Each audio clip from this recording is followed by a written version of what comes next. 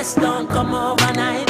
No make them know a substance over hype. Do it for the love, me not do it for the life. السلام عليكم كولبا ألف باتا ABCD 1 2 3 وأنا وأفرتون مالين عصب أركت عصب كسر دو channel كيجا هذا كيش فيديو كان لايك يتابعوا رأي هدارتنا دي بتتكم تكون ساقر أركت سان عمل هدارتي سبسكرايب كلي كوسي ما أنت فيديو بحكوا سابسين هاي دايلما إيو confession دايلما وحوا إلى تلي confession وحوا قفوا حقران عيو مركانو بلاوتو.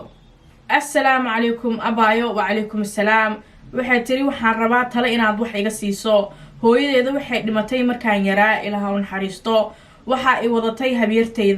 habiirteyda markasta markaan yaraa waxay soo xasuusi jirtay in aan nasiib leeyahay haddaan cunaayo baaquli cereal ah waxay igu tiraahdaa hooyada markay geeriyootay aniga walaasheeda aabahaaga wax kuguma falin adiga nasiibaa leedahay haddaad heshay galaas biyo aad cabto markasta ayada dhulka ay dhigtaa 24 sano ah ayada la noolaa markaas waxay bilaawday haddana inay tiraahdo waa ogahay waxa adiga samayso way ogtahay waxaan sameeyo marka ayada agagaarkeeda joogeen haddaan isku dayay inaan shaqo ka buuxsado magaalo kala duwan haddii aan isku dayay inaan ka tago waxay igu tiraahdaa jiniyaala adiga ku daawado markaste subxaanallah waxa waalida waxay tahay wax kasto maalintii aan sameeynayo way la ogtahay bacdeen waxaan ogaaday inay la xiriirto shiiqaas oo u sheego waxaan aniga sameeyo waan cabsaday waxaan dareemay uncomfortable marka ayada ag joogo markaan la hadlaayo markii aan taabto waxay isiiso diin ahaan markii loo fiiriyo waxa dhibaatada iga haysato waxay tahay inaan la xiriiro ama ayada dhan in aan gooyo shiiqyaal qaar waxay igu leeyihiin la hadal qaarna waxay dhahayaan ayada ka joog horta halkaas ku soo gabagabaysay mid kale walaalo gacaysan if shiiq mi ihi okay laakiin tala hada ani soo weydiisay taladan ku sheegay waxay tahay qof ilaahayba aqoonin oo maantay jiniyaal iyo waxaas adeegsanayo salaad xataa qofkaas 40 bari ma tuuga kara amalena bal isa hadaa qaldanahay laakiin ilaahay caradu ku qaado 40 bari xataa salaad laguma ogolo salaadaada lama aqbalayo marka qofkaas amal maxaa wax ugu darsanaysaa aniga waxaan aaminsanahay horta waalidka in la cizo waa xaq marka aniga kuma dhahayo aflagaaday kuma dhahayo xumaanteeda magaalada sheeg waxaas oo dhan kuma dhahayo laakiin maadaama 24 sano jirto ilaaha u naxariisto hooyadaadan maartay ay geeriyootay aabana meesha oo maartay maanta la noolaatay ayna jirin at the same time qof weyn aad tahay oo meel iska soo saari karo marka aniga waxa kugu talilaa waxay tahay waaliday ku tahay assalaamu calaykum wacalaykum salaam ha u dhaafinin agteeda ha tagin waxyaalahaas oo dhan ay sheegayso ayada u taala iyo aakhiradeeda u taala laakiin xumaatadeeda ma sheegi karti laakiin adiga saa safe ku ahaato waxaas inaad ka fogaato waaye qof iyo ma aha because maanta qof rajaa oo hooyo aan haysanin maxay u dhibaysaa intay saacideynaysa xataa waaba siisa raashinkii waa u sheegaysaa ma fiicno dadka maartay ahsaanka dadka intay u sameeyaan maanta oo dhan ku soo celcelinaya ilaahay xataa ahsaankaas ma aqbalayo marka walaal gacalsaani taladeedu waxay tahay waad isku filan tahay hadee shaqyaasha qaar ku leeyihiin la xiriir waxa laga wado waxa waa waalidkaaga waay oo xiriirkii ha gooynin waxaan leeyahay diinteena xataa dariskaaga ka warqab marka ayada ka warqab laakiin waxa ku darsanin ani taladeed taas waa meel dhaxa imaanayno adiga intana ma gooynaysid waxna zaa'id am ku darsanaysid inna midul habeer assalaamu calaykum xaaladaada ka waran caruurtii ka wada xadada dhac zak habeer ha alxamdulillah ani ayatan saana ajra zak waan u duceynaysaa because waxa qof ilaahay meeshii la rabo tala inay ku darsato maanta aniga shiiq xataa lama dhigi karo dadkaas shiiqyaal waxaas ma sameeyaan qof diin leheen waa qofkaas magac shiiq xataa lama sii karo because shiiq waxa la siiyaa qof diin leh oo ilaahay ku dhaweynayo qofkaani u tagayso ayada ilaahay buu ka fogeynayaa ma fahamtay tala kale aan ku sii karo malaha talada waxay tahay meel dhexaad imo assalaamu calaykum wacalaykum salaam la wadaag saabiirtaada at the same time noloshaada wado meel fiican isku soo saar ilaahay ku xirno dadkaaga ku xirno dad badan aa waalid ku noqon karo marka waxa waaye ilaaha u naxariisto hooyada jannatul firdaws ilaaha ka waraabiyo aabahaagana ilaaha ku soo hanuuniyo habeertaana ilaaha soo hanuuniyo markasta u duceey kana fiicno xumaatadeedana ha sheegin oo ha istaagin magaalada ha dhihin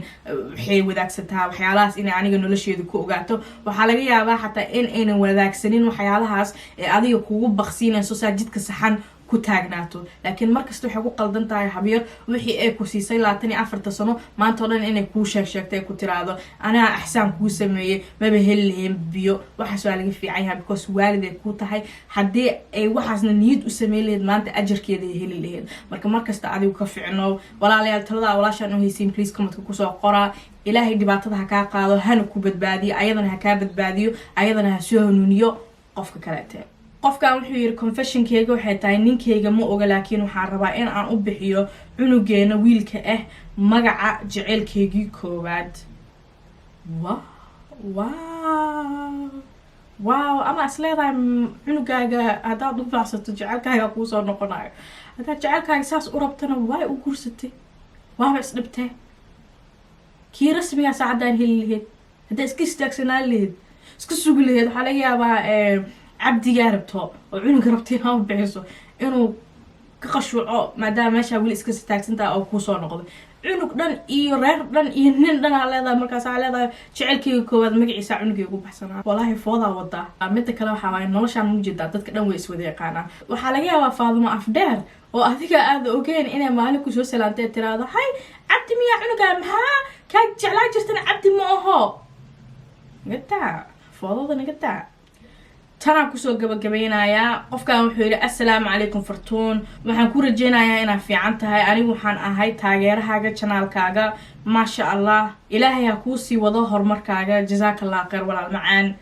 fadlan magaceyga ha sheegin anigu magaceyga waxaa waaye anaa kan kuu baxsaday khaliif waxaan jiraa 22 sano waxaan ku noolahay qurbaha waxaan ahay arday jaamacad waxaan haystaa disability-ga la leeyahay cerebral palsy haddaa taas aqoonin anaa ku fahamsiinayo cerebral palsy waa wax ku dhaco neerfayaasha disability-gan waxay effect garaysaa murqahayga hadalkayga iyo socodkayga cerebral palsy waxay dhibaato u geysaa sida aan u hadlo taasaana keentay inaan isticmaalo technology loogu talagalay hadalka waxaan haystaa walker iyo power wheelchair macnaha wheelchairka ku socdo botamaha waxay u moodaan inaan ahay doqon oo caawinaad haysanin taas run ma aha laakiin aniga disability-gayga dhibaato uma keento maskaxdayda aniga waan ku qanacsanahay inaan haysto disability-gan waxaa waaye hadiyad ka imaatay ilaahay maasha allah hooyadayda waxay soo korisay aniga iyo walaalahayga keligeeda ayadoona ka helinin saacideen reeraha familkeena shaqo wanaagsan bay qabatay annaga markay imaato laakiin anigii hooyadayda hal baan isku fahmi la'nahnay taasoo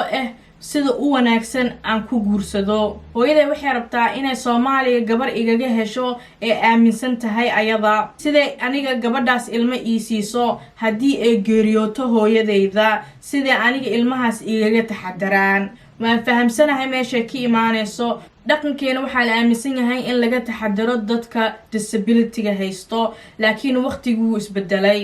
aniga waxaan rabaa qof wanaagsan inaan helo oo connection la wadaago qofkaasna aan ku kabcsado diinta iyo waxbarashada dunida iyo nolosha dhan run ahaantii aniga waxaan aaminsanahay inuu jiro qof fiican oo wanaagsan oo aniga lagu talagalay oo ku nool Mareykanka haddii aan helo qofkii aniga lagu talagalay aan raadinayay sideebaan hadal ugu bilaabaa hooyadayda markay tan imaato janaalkaaga ma uga hadli kartaa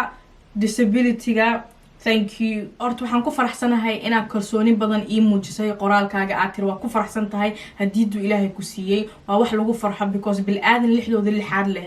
weli alxamdulillah dhaynin ilaahay ku shukrinaynin oo meel inta istaagaan leh indhahayga waa saan lugteeda waa saan kanna waa saan marka adiga alxamdulillah inaad maanta kalsooni leedahay waa wax lagu farxo midda kale waxaa hooyadaa waa ku raacsanahay ra'yigeeda at the same time adiga waa ku fahmi karaa hooyo markasta waxay rabtaa adduunyada waxaa waa maalmo kooban cunugeedo hadhowdi qof ka taxadaro inay u hesho hadda intii la nool yahay waa wax fiican waa ra'yi fiican hooyooyinka qaar waxaas xataa kuma fikiraan waxay aaminsan yihiin weligood inay iska noolaanayaan ilmahooda ma aragtay disability-ga leh kama fikiraan hooyo marka waa qof wanaagsan haddii ku fikirtay maanta reer inay ku dhisto adigana markay imaatay ra'yigaaga waa kugu raacsanaa because waxaa fiican markasta dooqaaga inaad ka ciyaarto yes hooyo way kuu keeni kartaa qof wanaagsan laakiin adigu markasta waxaad dareemaysaa inaan adiga soo xulanin marka aniga iyo adiga waxaan umaleynaya meelahaas inaan iska mid ka nahnay because hadda aniga aa ujeedid dada isku daya inay dad ibaraan but at the same time waxaan taaganahay maxaa anigaba meelaha waa daday karaa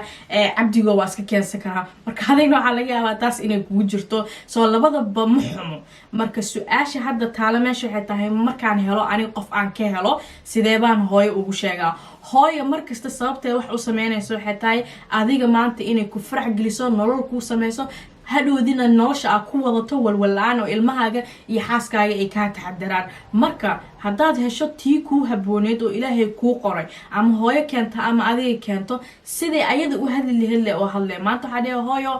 qofaan bartay qof aniga ka helo connection la leeyahay oo maaragtay mustaqbal la wadaagi karo hooyadaada waa friendkaaga ma fahantay ma wax xun ma u qaadanayso ma dhehayso oo aniga maan u keenin ase tuu keensaday ma haboono waxaasoo dhan ma dhehayso waa hooyadan sidaan kuusoo korisay kalsoonidaan ku gelisay maanta haddaad tiraahdo hooyo qofaan ka helaa inay gacmaha ku shuminayso ee ku dhehayso alxamdulilah kaan shiiqii haddaa lagugu nikaaxinaya wow midda kale aan rabo inaan kusoo gabagabeeyo waxay tahay anigana tan tale ii tahay adigana way kuu tahay talada waxaa waaye dad haddee dadna baraan maaragtay dhibaato kuma jirto maybe waxaa laga yaabaa qofkii hooyo ku barto dooqaaga inuu ahayn laakiin at the same time janis inaad qofka siisaa fiican hooyo waxay keenayso phobia ha ka qaadin hana dhibsanin ha isdhihin oo waxaa ficnaa lahayd aniga dooqayga inaan ka ciyaaro aniga maaragta qofka connection la lahaado iyo waxyaalahaas oo kale waa fahamsanahay laakiin qofka naloo keeno aniga adigaba waxaa laga yaabaa qofkaasba connection inaan la helno waxa dhan waxay tahay open minded inaan nahano qalbiga furno maskaxda furno